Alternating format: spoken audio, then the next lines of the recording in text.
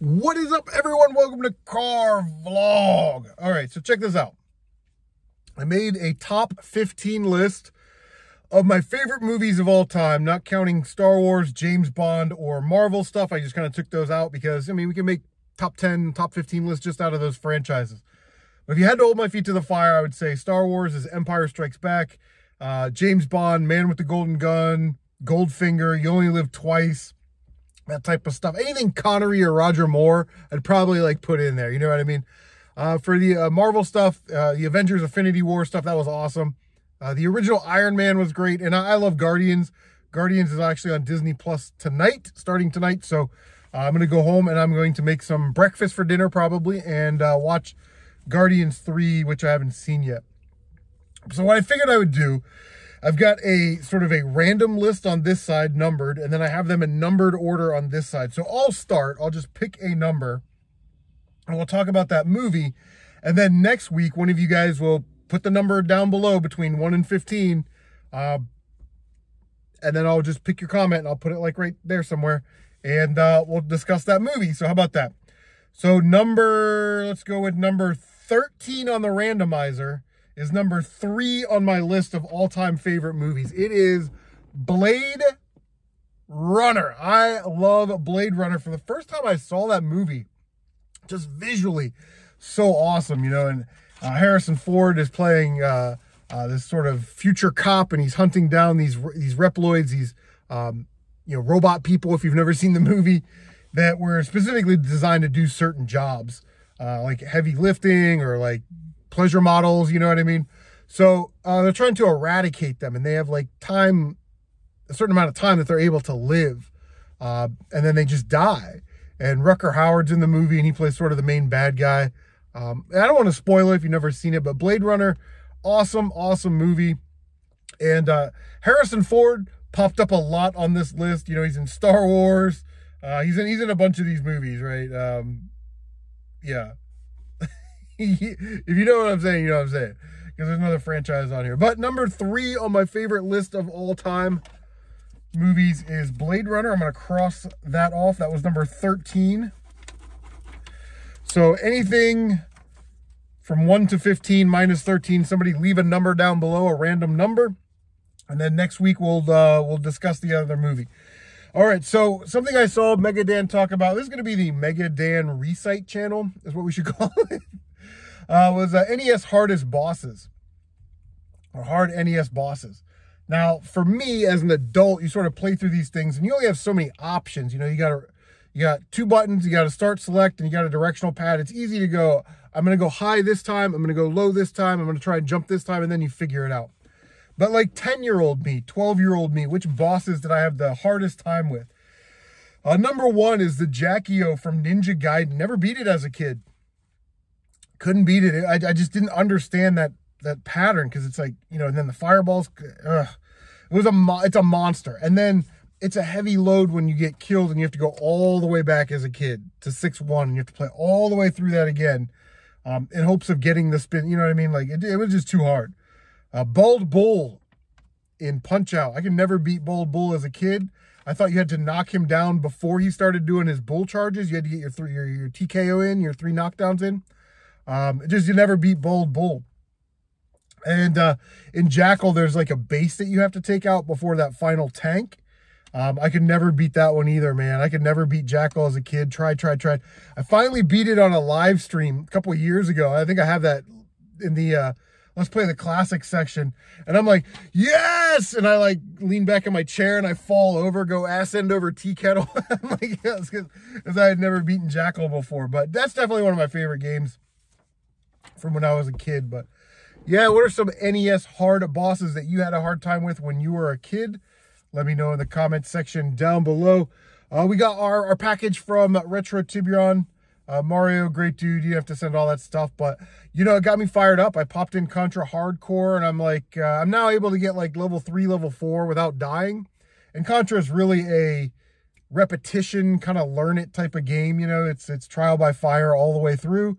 But I have a good feeling that we'll get through it this weekend, and we'll be able to get through the main story with Ray and try some different characters and different weapons. That may be the most complete Contra game. Contra Hardcore may be the most complete Contra game, even though I'm going to say that I like the first Contra better. It's just nostalgia talking there, but yeah. So now we're on Genesis track for the rest of the year. So all because of Mario. Which, by the way, the Retro Wave podcast, I was on that talking about our top 5 favorite NES games. I'll leave a link down below.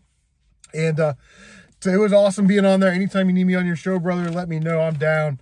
And it was a really cool, easy listen. You can just pop it on. I think it's about 2 hours while you're working in the game room, or maybe you popped in a game and you can just kind of listen to it that way. But yeah, topic of the day, man. It's funny because Iowa, I think it's Iowa Retro Gaming Dad or Iowa Gaming Dad. He was talking about gaming addiction on his channel, and then Megan talked about it, and then I talked about it last week, you know. So that's obviously a thing that's been going around. So the other thing that I saw that was sort of going around was, is retro gaming gonna live on? Is it gonna last? I mean, is there an end date to this?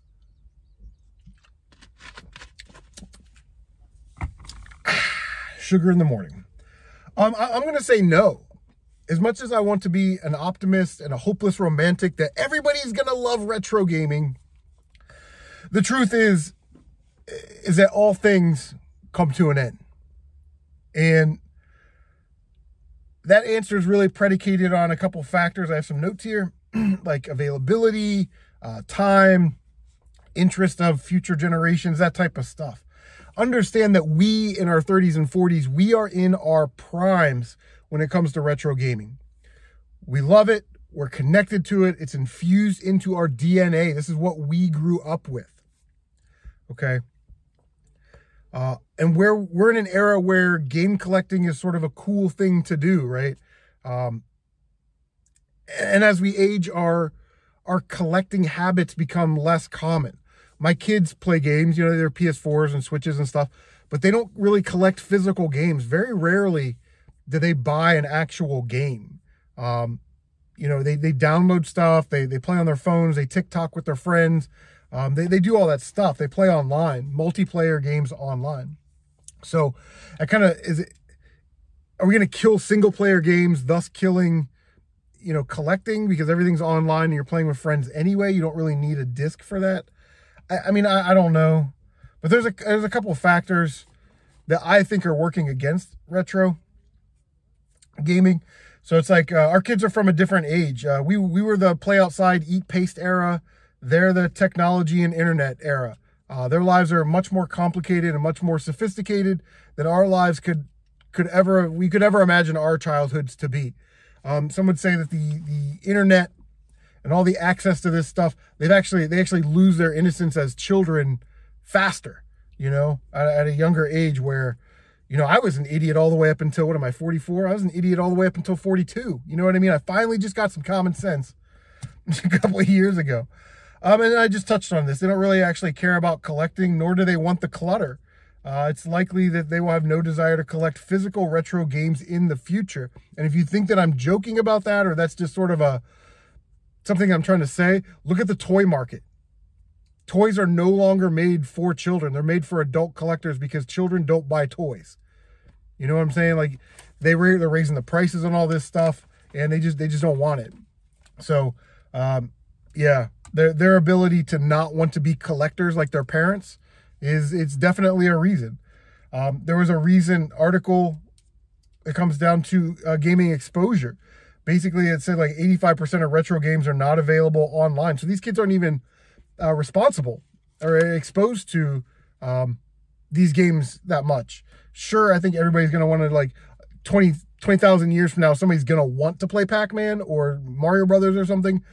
But that's more of a novelty, not as a serious gamer or game collector like we are. And that makes sense. Why would they allow you to buy a $5 Madden 98 when they want to sell you a $70 Madden 24? You know what I mean? Like, why would they give you a cheaper option? It just doesn't work that way anymore nowadays. That's like game preservation, I think, is a top priority. Just so these things will live on and people can have access to them if they want them. The erasing of these games from your mind. When you have a physical library, you're able to see the games, touch the games, and develop a curiosity about the games. If everything is digital, you don't have that same exposure and are less likely to play the vast majority of these games, including games that you've never heard of. So if we didn't have emulators and people couldn't get their hands on Vice Project Doom for Nintendo, nobody would care or want to play Vice Project Doom. Again, the common popular games that people play and people are going to want to play, they'll probably end up playing those. But Wampum, Journey to Silius, Vice Project Doom, you know, these are games that people are probably not going to care about or not going to want to play. And Megadan brought up Mario Brothers 3. I'm sure people want to play games like that until the end of time. That's what I said. But they won't want to run out and get a physical Nintendo controller and cart. They'll just log onto their new Nintendo console, download it. Why pay $130 for an N64 and a copy of Mario 64 when you can get it cheaper by downloading it? You'll be able to download it for like 10 bucks or get it on the Switch. You know what I mean? The Mario 3D collection. There are cheaper ways to play retro games, which sort of kind of makes them obsolete. You know what I mean? The rare stuff's always going to be rare, that kind of thing. But when it comes to if my kid just wants to play a game, they're just going to download it. And affordability, and this is a big one, right? Has anybody seen what's going on in the world? Inflation, gas, grocery prices, the housing markets. These kids were sold on going to college, get a degree, get a job, buy a house. Everything's going to be okay. And because they were misled and ill-informed about what the real world actually is, they took out $220,000 loans to hopefully get, in student loans, to hopefully get a job that pays $40,000 a year. It's going to take them a lifetime to pay off that debt. Okay. My generation, the generation before us, hey, get out of college or get out of high school, either go to trade school, get into a trade, or go into the workforce, go to a factory, work there 30, 40 years, retire. Right? You didn't need a college degree. And going directly into the workforce doesn't put you in debt.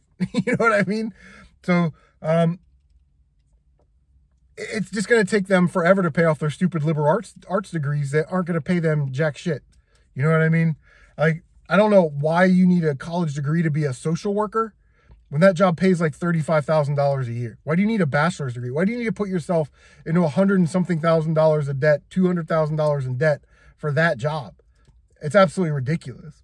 It's just the way the world is now. It's unbelievable. So it's not likely that they're going to have to make these purchases, to have the funds to make these luxury purchases that we were able to get at pennies on the dollar, 10 years ago. Again, my daughter's 16, so 30 years from now, that will be 40 years from the retro gaming boom. You know what I mean? The landscape is going to be so much different. And if that's still too broad for you, I have about 415 PlayStation 2 games, and I love PS2. It's my favorite console. My oldest son also loves PS2. That's essentially his Nintendo, the console that he grew up with. He only wants about 15 of those games.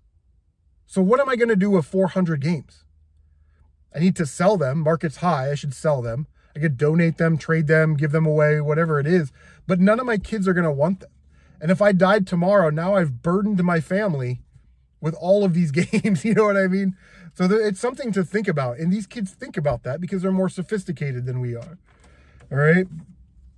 What are they going to do? What are they going to do with all of our crap when we die? So in closing, since we're going really long today, I just wrote, sure, people will most likely want to play some of the classics as a novelty, but they won't spend a ton of time with them as we do. Kids of retro gamers, my kids, Megadan's kids, Retro Bros kids, Smash JT's kids, if you're a retro gamer and you have kids and you've introduced them into this world of retro games, they're going to enjoy some of these games just so they can connect with you as a parent. Maybe even a couple of our kids will share these games with their kids and say things like, Grandpa Chris used to love this Contra game. They'll play it for a few minutes and shut it off. And when the sun sets on retro gaming, guys, all we can say is, all good things come to an end. Thank you, everybody, for watching this episode of Car Vlog. What'd you think? Make sure you leave a comment down below. Leave your random movie number. That was like Jerry Springer's final thought. Anyway, God, 15 minutes. This is the longest car vlog ever. See you guys next time on Car Vlog.